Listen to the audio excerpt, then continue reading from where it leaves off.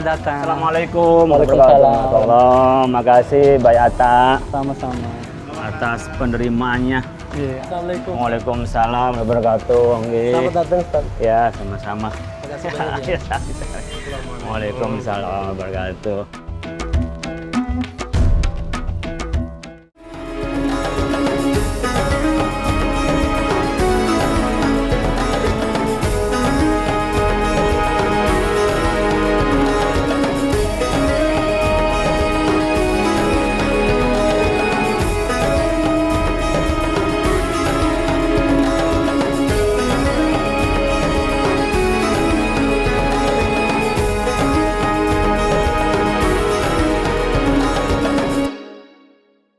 Assalamualaikum warahmatullahi wabarakatuh. Apa kabar saudara-saudara saya yang tinggal di Indonesia? Semoga sehat selalu ya. Amin ya rabbal alamin. Karena doa kalian saya sukses seperti ini, jadi saling mendoakan ya teman-teman. Teman-teman, tema kita hari ini adalah janji. Jadi saya mau belajar hari ini tentang janji, gimana hukumnya di dalam Islam kita tentang janji. Jadi makanya saya undang saudara saya, alhamdulillah mudah-mudahan kita jadi sahabat baik, bisa saling mendoakan. Oke, tanpa buang waktu, langsung saya mau undang Ustadz kita hari ini, mudah-mudahan bermanfaat untuk kita semua. Selamat datang Ustadz Khalil Nafis. Assalamualaikum warahmatullahi wabarakatuh. Alhamdulillah. Gimana kabarnya? Sehat ya? Saya selalu sehat, alhamdulillah. Bay Atta. Abang kan ya Bay ya? Iya benar. Ayo, Ustadz, Alhamdulillah. silakan. Kita ngikutin orang Pakistan lah ya. Iya. Gimana kabar Ustadz? Alhamdulillah bi khair. Terima kasih banyak ya jauh-jauh udah datang mau silaturahmi Ramadan. Ya ini kita silaturahim kan mempermudah rizki iman kita, rizki ilmu dan rizki kesehatan dan juga rizki harta tentunya. Amin.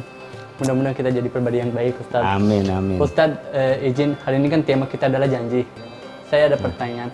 Janji sama nazar bedanya apa Ustadz? Kalau janji itu berkenaan dengan komitmen seseorang terhadap orang lain. Baik. Jadi komitmen orang untuk memenuhi sesuatu yang dia ingin berikan atau ingin dia tunaikan. Sementara kalau nazar itu berkenaan dengan komitmen diri kepada Allah Subhanahu wa taala yang digantungkan dengan sesuatu yang akan terjadi. Contoh, kalau saya janji nanti saya datang ya Mas Atta ke Fatmawati saya mau beli karpet ya. Itu kan janji. Iya. Tapi kalau nazar, Mas Atta, kalau saya dapat rezeki, nanti pas dagangan saya ini laku, saya akan kasih sampean. Umpamanya 10%, itu nazar umpamanya. Oke. Sama dengan orang jujur, kalau saya lulus ujian, saya mau nraktir teman-teman, itu namanya nazar. Oke. Jadi kalau janji itu kita harus ucap atau dalam hati juga kita udah mikir itu udah jadi janji juga. Nah, Allah tidak melihat apa yang digetarkan dalam hati kita. Iya. Maka kita mau berbuat dosa di hati kita, Allah nggak catat. Kecuali kebaikan, Allah catat. Tapi untuk nazar, untuk janji sebelum diucapkan itu tidak mempunyai efek hukum. Tapi mungkin kalau dalam hati saya udah punya niat kok, dalam hati saya mau berbuat kebaikan. Kalau nanti umpamanya ini tercapai cita-cita saya mau ngasih umpamanya santunan sama anak yatim. Meskipun saya tidak terucap nggak apa-apa, tapi andaikan tidak ditunaikan secara hukum, dia belum ada konsekuensi hukum sebelum dia diucapkan. Alhamdulillah. Ustadz mau nanya satu lagi. Biasa kan kalau orang tua kita ya, misalkan kita orang tua, saya ambil hutang sama orang, tapi maaf saya meninggal, itu hutang kan turun ke anak kan, turun ke warisan. Tapi kalau saya janji juga turun ke anak juga. Nah kalau hutang jelas itu ya turun kemana. Kalau janji sebenarnya itu adalah bagian dari tanggung jawab orang tua. Tidak turun ke anak kalau janji. Jadi al-wa'du dainon, janji adalah utang dalam arti bahwa orang yang punya janji itu berkewajiban untuk memenuhi. Tapi dia tidak menjadi kewajiban bagi anaknya. Seandainya anaknya tahu, kan tidak semua janji anaknya tahu atau tidak semua janji ahli warisnya tahu. Seandainya ahli waris atau anaknya tahu orang tuanya punya janji tapi belum memenuhi janjinya, dia mau memenuhi janji orang tuanya. Itu bagus bagian dari birrul walidain.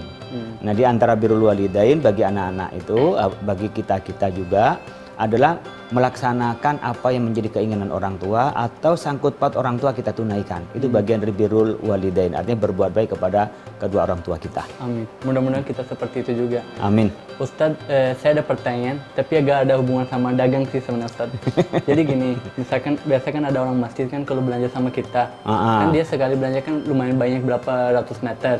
Misalkan dia udah DP 50%, habis itu dibilang bulan depan tanggal ini saya insya Allah bayar, tapi dia bilang insya Allah saya bayar, tapi dia nggak ngomong saya janji.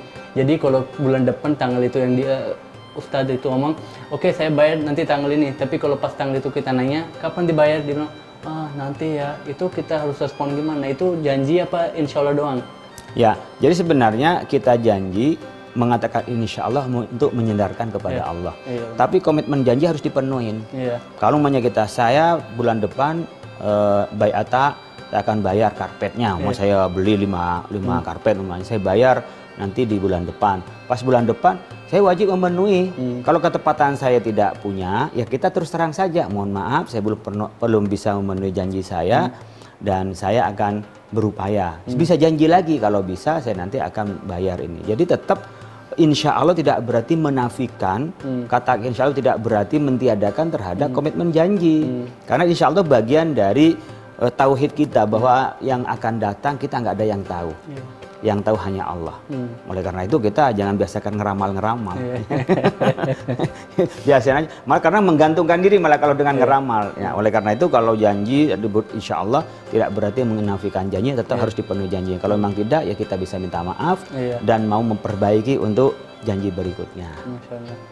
Ustadz, ini sebagai anak lah, umur saya 28 tahun. Udah nikah belum ya? Udah. Alhamdulillah. Udah punya anak juga. Alhamdulillah. Wah, tapi kelihatan masih muda ya. Iya. Itu namanya itu bukan masih muda sih, masih laku. Masih laku. Bisa lah, masih 2, 3 masih bisa. Bisa aja. Bisa, tapi nggak berani. Saya nggak takut, cuma dia lebih berani.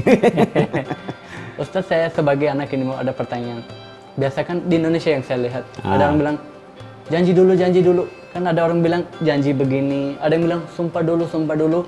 Cara janji yang paling benar itu sebenarnya kayak gimana sih? Kita cuma ucap aja atau catat atau gimana itu? Ya, kalau kita berkenaan dengan keagamaan di dalam Islam itu diucapkan itu jadi janji. Iya. Jadi kalau kita udah mengucapkan saya janji nanti akan datang minggu depan umpamanya. Saya janji akan memberikan uang, itu janji. Jadi ketika diucapkan kepada seseorang maka menjadi janjinya. Nah, demikian juga ketika umpamanya dalam proses semuanya suami istri itu kan sama dengan orang janji ketika khidbah. Ketika ngelamar kan janji nanti saya mau menikahin, saya cinta, saya bawa keluarga, lalu dia khidbah melamar, itu janji bahwa dia akan menikahi. Kalau janji di kita bukan pacaran loh, pacaran itu bukan janji. Berarti jadi kita nggak perlu pakai begini. Jadi kan ada yang dulu saya begini janji dulu nanti ditraktir begini apa ya dulu saya nggak lupa. Gini ya saya atau swear gitu kan. Nah itu janji sudah. Tapi dalam ranah hukum, seperti hukum positif kita, hukum nasional kita, dianggap janji adalah ketika kita tertulis ada di atas materai, bahkan depan notaris. Karena ada konsekuensi hukum yang bisa dituntut.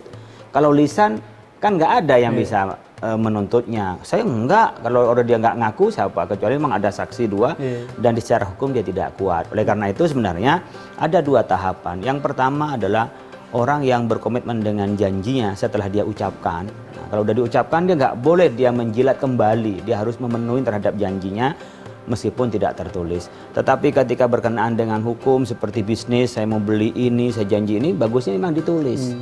Kenapa? Karena biar dia lebih ingat dan andaikan terjadi perselisihan, tulisan itu bisa menjadi penengah. Nah, jadi tidak menjadi wah Anda yang lupa kalau saya nggak ngomong begitu kok. Mungkin juga memang dia pura-pura lupa, bisa juga karena lupa beneran. Makanya tulisan itu bisa bagian dari saksi. Syukur-syukur biasanya di tulisan itu juga ada saksi di bawahnya siapa yang tanda tangan ini, siapa tanda tangan. Itu dalam aspek hukum positif. Tapi dalam hukum Islam pada saat orang berkomitmen dan sudah diucapkan kepada orang lain janjinya, maka dia harus dipenuhinya. Waktu saya kecil, saya di sekolah kan teman-teman saya sering banget sedikit padahal hal kecil bilang gini, oh janji tenang aja begini, janji aja tenang aja. Saya sampai jujur Ustaz, saya kesel kok mereka dikit-dikit aja hal kecil-kecil aja bilang oh janji. Jadi dari situ saya belajar, saya nggak mau biasakan anak saya dia sebut janji gitu. Bahasa kita PHP. Iya. Pemberi harapan palsu. Iya. Mudah-mudahan tanpa janji kita bisa jadi orang baik, tapi kalau mau janji juga harus pakai resmi, ada saksinya, ada begini supaya lebih profesional kan zaman sekarang.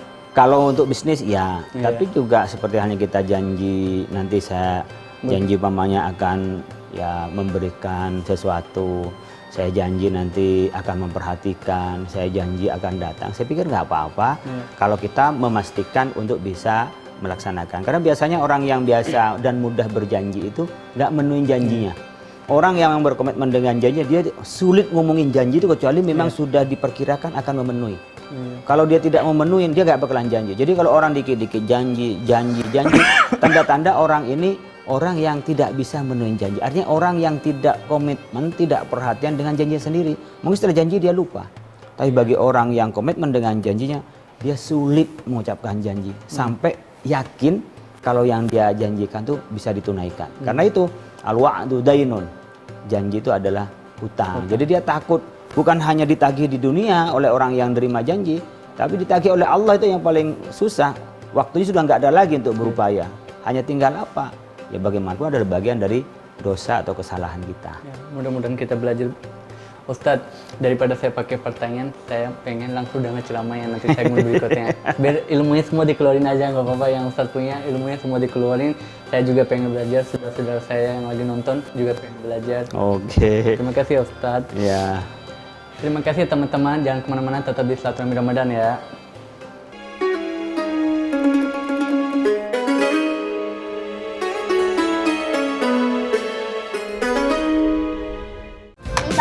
Ini jual karpet yang luar biasa. Sini tempatnya terkenal dan ternama karena di sini jual karpet itu dari 7 negara. 7 negara? Banyak bener ya? Aduh. Ini dari Turki. Iya. Ini namanya karpet apa? Mereknya Qatar. Qatar. Iya.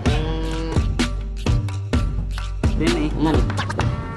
Berat loh misalnya. Oh, yang buat orang mana ini? Turki. Tetap Turki. Ini Turki juga. Iya. Mau lihat yang Iran sekarang? Mas, coba buka yang pertama ya itu. Wow. Oke, Bray. Ini ternyata ini karpet dari Iran. Kita sudah tahu karpet dari Iran itu bagaimana. Ini katanya ini baru nomor 3. Iya. Bayangkan kalau nomor 1-nya bagaimana. Wah, lebih indah daripada segalanya.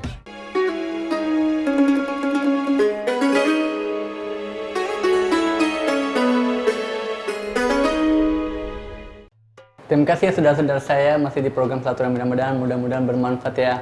Ustadz, ayo bagi ilmu ke kita tentang janji, apalagi hukum di dalam Islam kita ini. Apa yang kita harus dilakukan, apa yang kita harus ingat dalam Islam. Karena kita alhamdulillah lahir di keluarga yang Islam, jadi kita harus bisa turuti juga. Oke. Insyaallah kita sampaikan. Assalamualaikum warahmatullahi wabarakatuh. Waalaikumsalam warahmatullahi wabarakatuh. Alhamdulillahirabbil alamin wassalatu wassalamu ala asyrafil anbiya wal mursalin sayyidina Muhammad wa ala alihi wa ashabihi ajma'in. Subhanaka la ilma lana illa ma 'allamtana innaka antal alimul hakim. Bapak Ibu sekalian, pemirsa Silaturahim yang diasuh oleh Baik Ata'il Karim. Ata'ul Karim. Kita pada kesempatan ini silaturahim ke Baik Ata. Kemarin saya janji melalui Mas Rifai. Ya. Awalnya saya berjanji pada hari Kamis untuk datang, tapi alhamdulillah bisa datang hari ini. Nah, saya harus mengubah janji saya karena saya ada tugas dari MUI pada hari Kamis, maka saya meminta agar janjinya digeser. Saya berkomitmen untuk melaksanakan janji saya. Oleh karena itu saya menghubungi Mas Rifai, ini bisa nggak kita syutingnya pada hari Selasa ini. Pemirsa, itulah komitmen yang saya ingin menjadi orang yang memegang terhadap janji saya. Maka tak semua orang bisa memenuhi janjinya, tapi ketika kita niat ingin memenuhinya, maka cari cara tetap melaksanakannya. Bisa saja barangkali saya, udahlah pas hari Kamis saya nggak datang, toh dia nanti tinggal telepon saya matiin telepon saya, udah nggak bisa lagi Baik Ata ngubungin saya, tinggal malam nyalain lagi. Tapi bukan begitu orang Islam. Orang mukmin itu harus memenuhi janjinya. Kalau manusia tidak bisa dipegang janjinya, lalu bisa dipegang apanya? Mungkin kalau sapi itu ada pegangan talinya, ya kan? Kuda ada talinya. Tapi kalau orang, ya dari janjinya, mulutnya berjanji inilah yang harus dipegang. Makanya kita dianggap berjanji ketika mulut kita sudah mengatakannya. Kalau sekarang pada aspek hukum sampai ada resmi di depan notaris. Untuk apa? Untuk janji. Termasuk orang akad nikah itu janji. Mitsaqon ghalidha disebutnya. perjanjian yang berat. Allah memberikan perjanjian yang berat itu dua. Yang pertama ketika mengutus para rasul. Yang kedua ketika sang ayah dari mempelai putri menyerahkan kepada pengantin mempelai putra. Mitsaqan ghalidha adalah menjadi janji yang kuat. Untuk menjadi manusia yang seutuhnya, biasakan memenuhi janji. Oleh karena itu Allah Subhanahu wa taala mengingatkan kita, "Wadhkur fil kitabi Ismail, innahu kana shadiqal wa'di wa kana rasulan nabiyya." Sebutkan apa? Sebutkan tentang Nabi Ismail yang ada di dalam Al-Qur'an. Bagaimana ceritanya Nabi Ismail itu? Apa Nabi Ismail? Innahu kana shadiqal, orang yang memenuhi janji.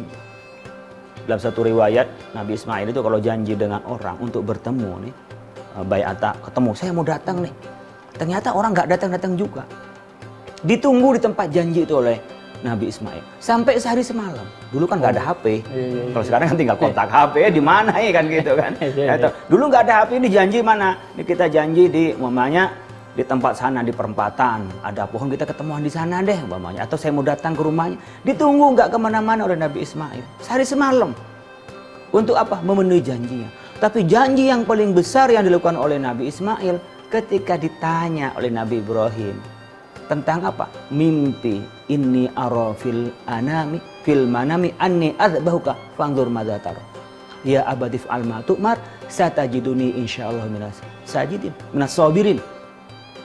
Ketika menyebutkan Nabi Ibrahim, saya mimpinya Nabi itu kan perintah. Kalau kita mimpinya kadang macam-macam, mimpinya nggak cuci kaki, belum sholat isya, mimpinya kemana-mana kan. Tapi mimpinya Rasul itu adalah perintah wahyu untuk menyembelih Nabi Ismail. Agar apa?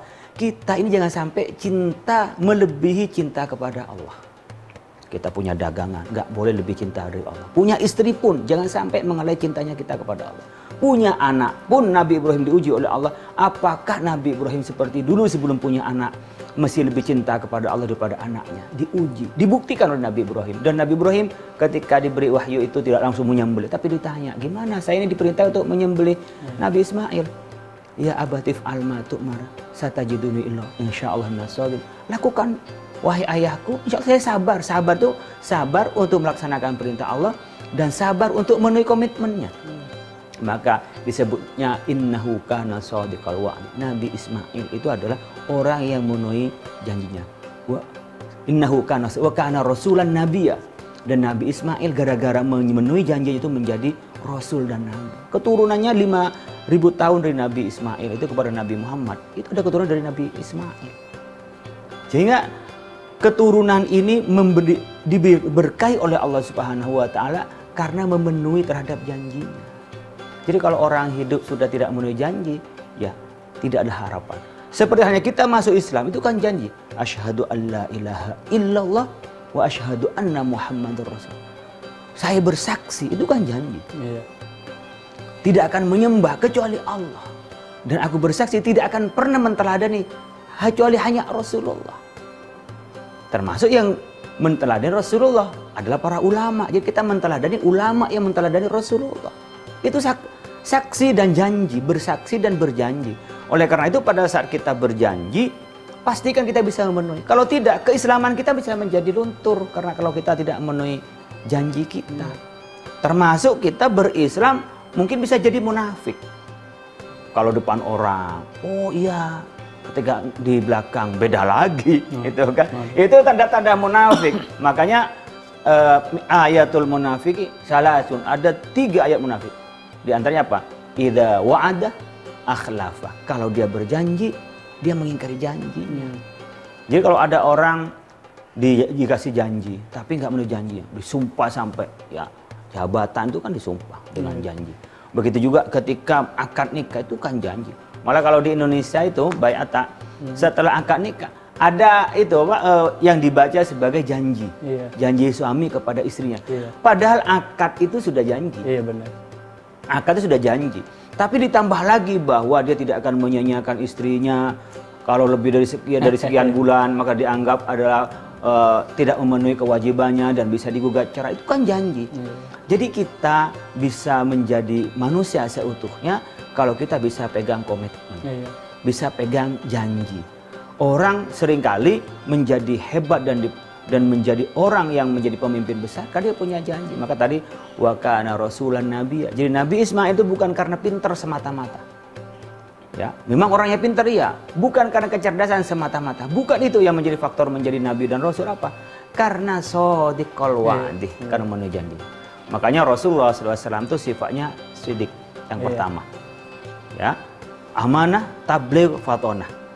Sidik itu dasarnya. Kejujuran, orang yang jujur pasti jaga komitmen. Pasti. Jadi dari sidik baru amanah. Baru dia akan mendapatkan amanah. Maka termasuk ayatul munafik, idza tumina khana. Kalau dikasih amanah, dia menjadi orang yang khianat. Nah, Nabi Muhammad itu tabligh, orangnya menyampaikan. Yang memang jadi tugas risalahnya disampaikan. Tantangan seperti apapun disampaikan. Kalau Nabi Muhammad tidak karena komitmen kerasulannya, dapat apa kira-kira Rasulullah SAW itu ketika menyampaikan risalah dibanding dengan beberapa ujian, giginya sampai tanggal, Qataif juga kecewa. Ya, betapa Rasulullah SAW hampir ya dibunuh pada saat Rasulullah SAW itu mau hijrah dari Mekah ke Madinah. Apa yang dilakukan oleh Rasulullah? Adalah komitmen. Demikian Rasulullah SAW itu dengan sahabat-sahabatnya, ashabi kan nujum, ainama iktadaitum ihtadaitum. Sahabat-sahabatku ini, teman-temanku ini, kata Rasulullah, bagaikan bintang-bintang yang mengitari Rasulullah. Dari mana dari sahabat-sahabat itu kita ikuti, itu kita mendapat hidayahnya. Kenapa bisa dapat hidayah? Karena sahabat Rasulullah itu memelihara janjinya. Sahabat Rasulullah itu memenuhi kesaksiannya. Ketika hijrah Sayyidina Abu Bakar As-Siddiq bersama Rasulullah, apa yang dilakukan? Mendampingi Rasulullah di Wadi Hira sampai gigit kalajengking, meninggalkan keluarga. Abdurrahman bin Auf, orang kaya raya, ditinggalkan istrinya dan hartanya, ngikuti Rasulullah. Untuk apa?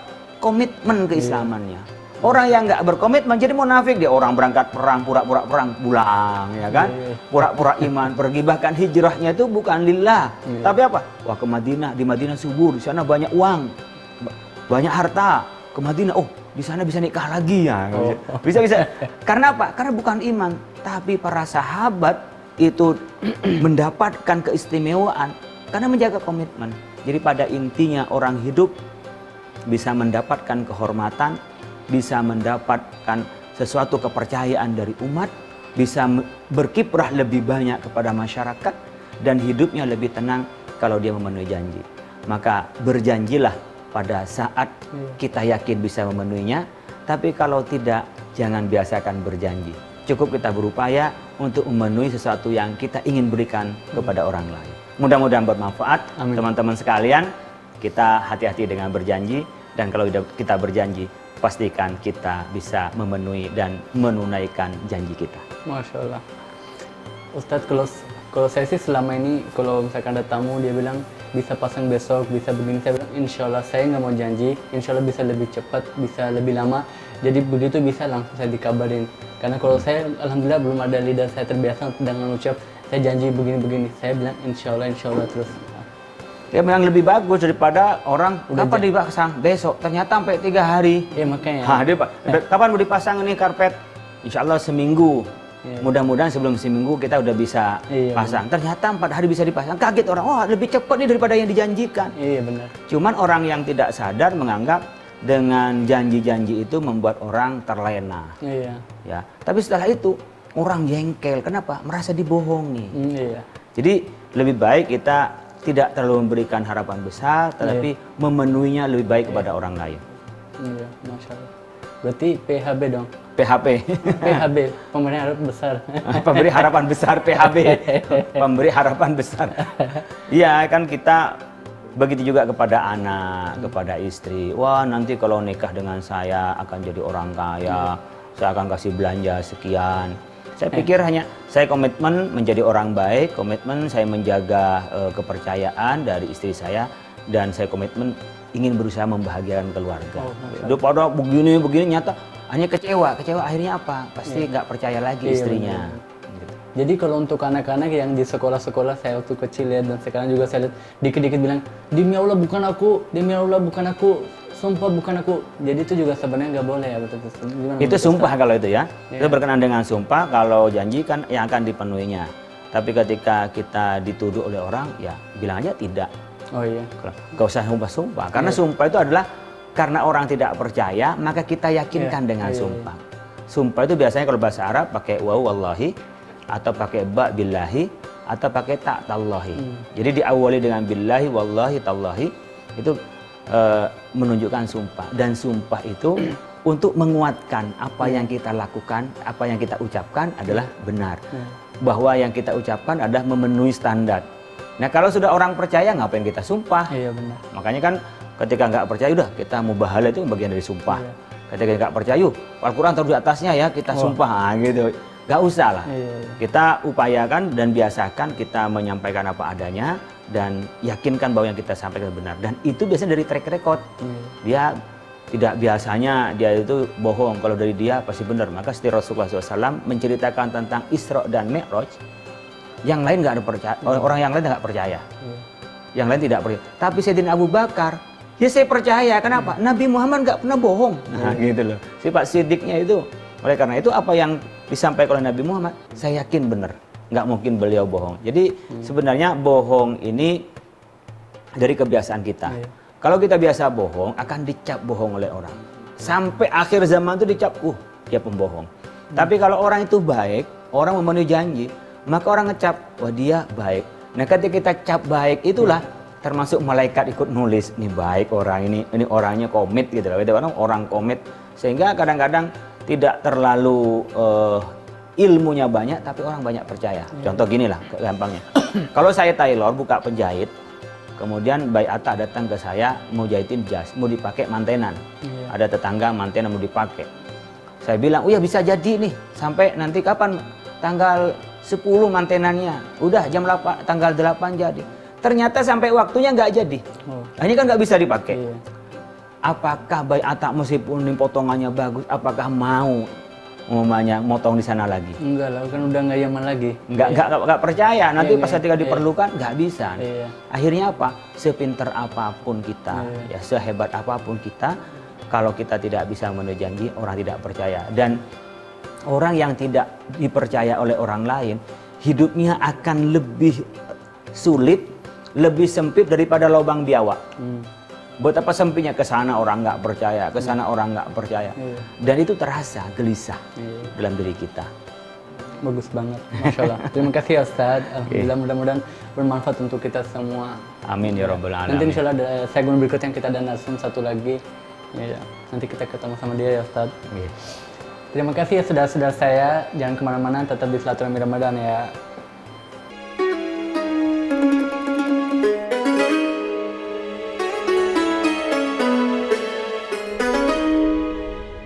Ini Bang Ucok, ini jual karpet yang luar biasa. Sini tempatnya terkenal dan ternama karena di sini jual karpet itu dari 7 negara. 7 negara? Banyak bener ya? Aduh. Timbul. Ini dari Turki. Turki. Iya. Ini namanya karpet apa? Mereknya Qatar. Qatar. Iya. Ini. Berat loh misalnya. Oh, yang buat orang mana ini? Turki. Tetap Turki. Ini Turki juga. Iya. Mau lihat yang Iran sekarang? Mas, coba buka yang pertama ya itu. Wow. Oke, Bray. Ini ternyata ini karpet dari Iran. Kita sudah tahu karpet dari Iran itu bagaimana. Ini katanya ini baru nomor 3. Bayangkan kalau nomor 1-nya bagaimana. Wah, lebih indah daripada segalanya.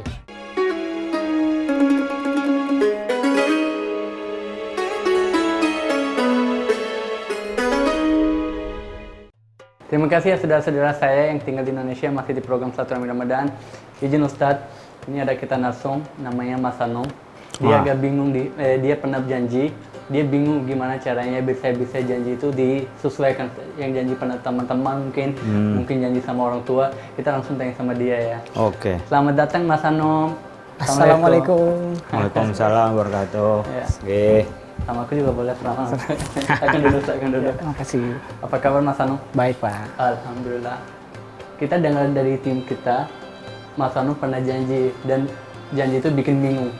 Oh, waktu itu Boleh nanya langsung sama Ustadz dosen. Ustadz, Iya, dulu kan silakan. saya sekolah, terus ada janji ke teman kalau udah lulus mau traktir mereka gitu kan. Terus karena COVID jadi jarang ketemu, akhirnya udah lulus juga. Terus janjinya belum kepenuhi sampai sekarang. Terus teman-temannya masih ada belum? Masih ada. Ya sudah, tinggal panggil aja teman-temannya, undang. Ini kan udah Oh, iya, COVID sudah mulai reda. Teman masih ada udah WA. Yuk, ini kita baru gajian nih gitu. Yuk kita gajian, kita traktir untuk memenuhi janji. Jadi janji itu sampai kapanpun jadi hutang. Kalau sudah bisa dipenuhi, mungkin saya dulu tidak memenuhi traktir. Kenapa? Karena memang ada halangan, nggak apa-apa, itu nggak dosa. Kenapa? Karena memang bukan kita mengingkari janji, tapi untuk menyelamatkan diri dari COVID, nggak boleh kumpul-kumpul, juga tempatnya nggak ada. Nah sekarang sudah mulai reda, berapa teman yang mendengar janji itu, udah di WA saja, langsung diajak untuk makan-makan untuk memenuhi janji itu. Traktir online dong. Traktir, saya juga mau ikut. Kamu janjinya apa traktir apa makanan apa? Makanan Nasi Padang? nasi Pakistan. Oh, nasi Wah, Pakistan. ini Pakistan. Saya ikut kalau gitu itu. Ada lagi yang bikin bingung? Tapi gini, kalau memang temannya tidak bisa diundang, maka untuk memenuhi komitmen itu, nah, sekiranya habis berapa kalau kita traktir? Oh, saya traktirnya habis sekitar 200.000. Ada teman-teman kok nggak bisa dihubungi, atau teman-teman sudah nggak bisa diundang karena kesibukannya. Ada dua cara. Yang pertama, GoFood, Oke. kirim ke rumahnya. Oke. Sampai aja niatnya ini memenuhi janji. Yang kedua, oh nggak ketemu juga rumahnya, dia nggak mau ngasih alamat. Uang yang sekiranya buat traktir, itu kita sumbangkan ke panti asuhan. Masya Allah. Buat traktir anak yatim, buat traktir orang-orang yang nggak mampu, niatin untuk bayar janji itu. Nah, jadi tinggal dilaksanakan ya kan, nggak ada alasan untuk tidak melaksanakan janji gitu ya. Ada lagi yang bikin bingung, mungkin janji lain atau apa gitu.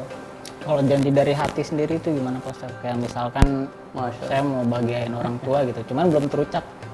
Dilaksanakan saja. Jadi tapi kalau tidak bisa nggak apa-apa karena belum diucapkan. Tapi kalau untuk orang tua bahagiakan tuh nggak usah janji, itu kewajiban. Iya, iya. Jadi yang janji itu sesuatu yang bukan kewajiban. Saya janji nanti sholat maghrib, nggak usah janji, emang wajib sholat maghrib kan gitu kan. Saya janji mau bahagiakan ayah, oh emaknya membahagiakan ibu, nah itu sesuatu yang wajib. Tapi mengumrohkan ibu kan nggak wajib. Tapi haji saya nanti gaji saya kumpulin, pas cukup yang saya ingin umrohkan pertama ibu saya, itu baru namanya janji kalau diucapkan. Kalau nggak diucapkan ya hanya komitmen namanya. Hanya nanti dilaksanakan ya baik, andaikan tidak dilaksanakan, kalau masih di hati tidak dicatat oleh Allah Subhanahu wa taala. Tapi kalau kepada orang tua mau dicatat mau tidak dicatat, diucapkan mau tidak diucapkan, ya kalau itu kebaikan seharusnya dilaksanakan gitu.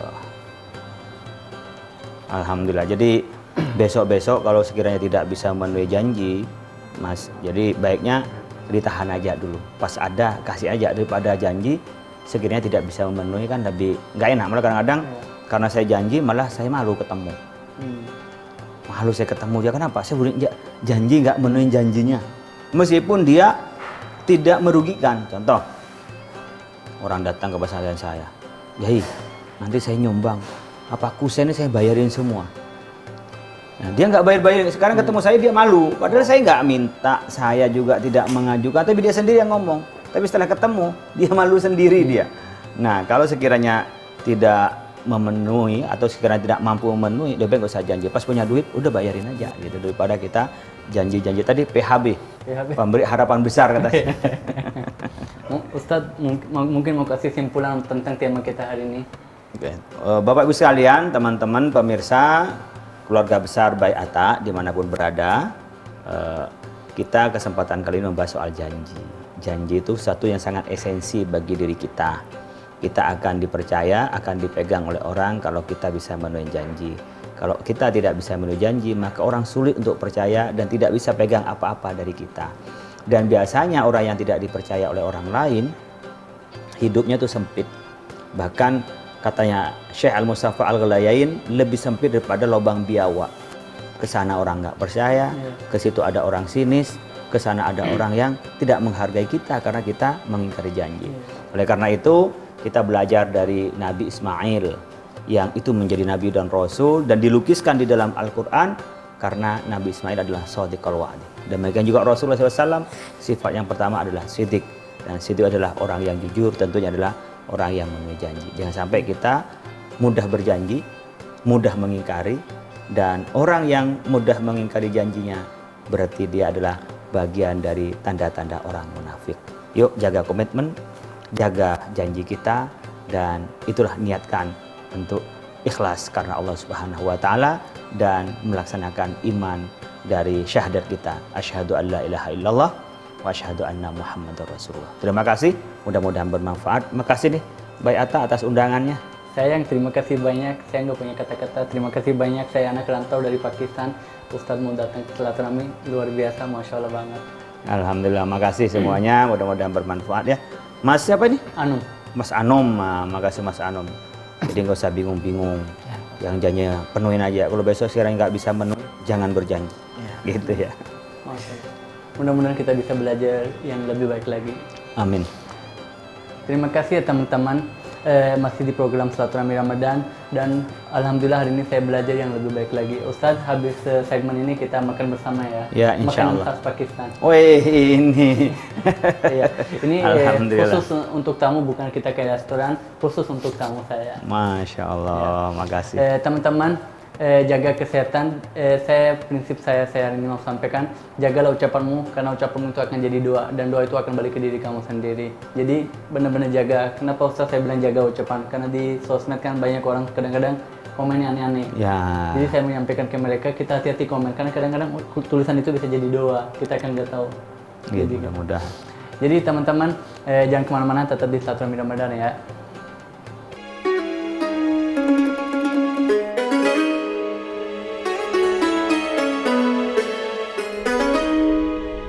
Ini Bang Ucok, ini jual karpet yang luar biasa. Sini tempatnya terkenal dan ternama karena di sini jual karpet itu dari 7 negara. 7 negara, banyak bener ya. Aduh. Limbu. Ini dari Turki. Turki. Iya. Ini namanya karpet apa? Mereknya Qatar. Qatar. Iya. Ini. Mana? Berat loh misalnya. Oh, yang buat orang mana ini? Turki. Tetap Turki. Turki. Ini Turki juga. Iya. Mau lihat yang Iran sekarang? Mas, coba buka yang pertama ya itu. Wow. Oke, Bray. Ini ternyata ini karpet dari Iran. Kita sudah tahu karpet dari Iran itu bagaimana. Ini katanya ini baru nomor 3. Iya. Bayangkan kalau nomor 1-nya bagaimana. Wah, lebih indah daripada segalanya.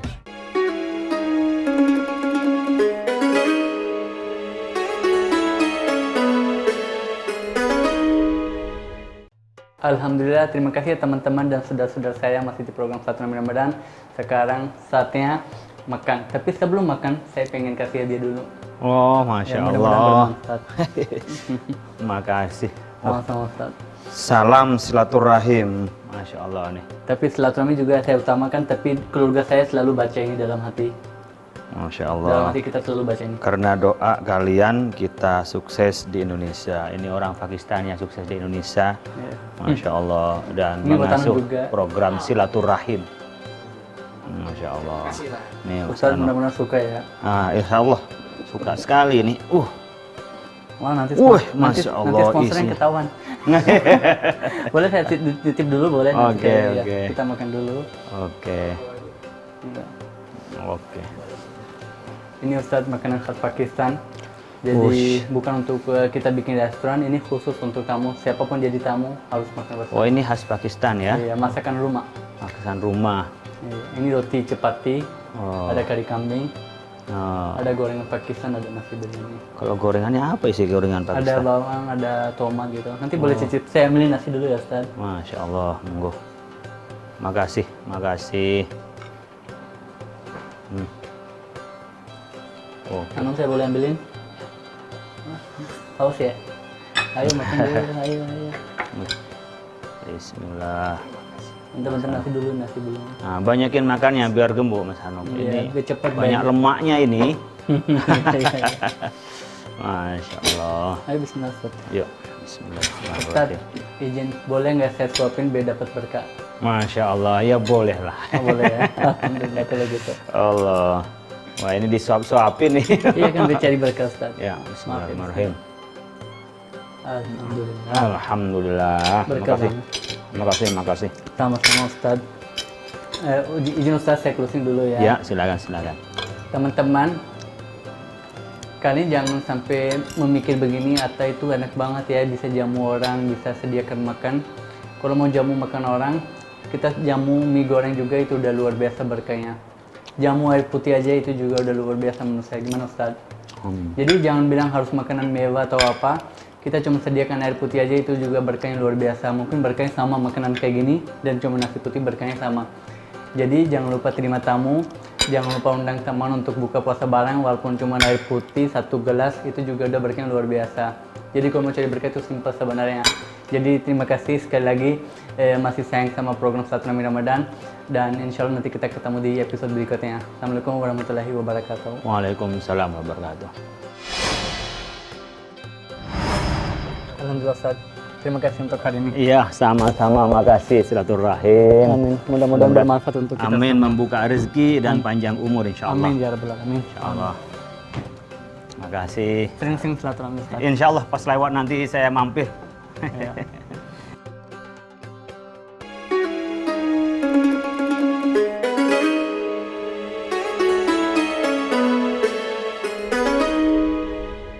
Ini Bang Ucok, ini jual karpet yang luar biasa.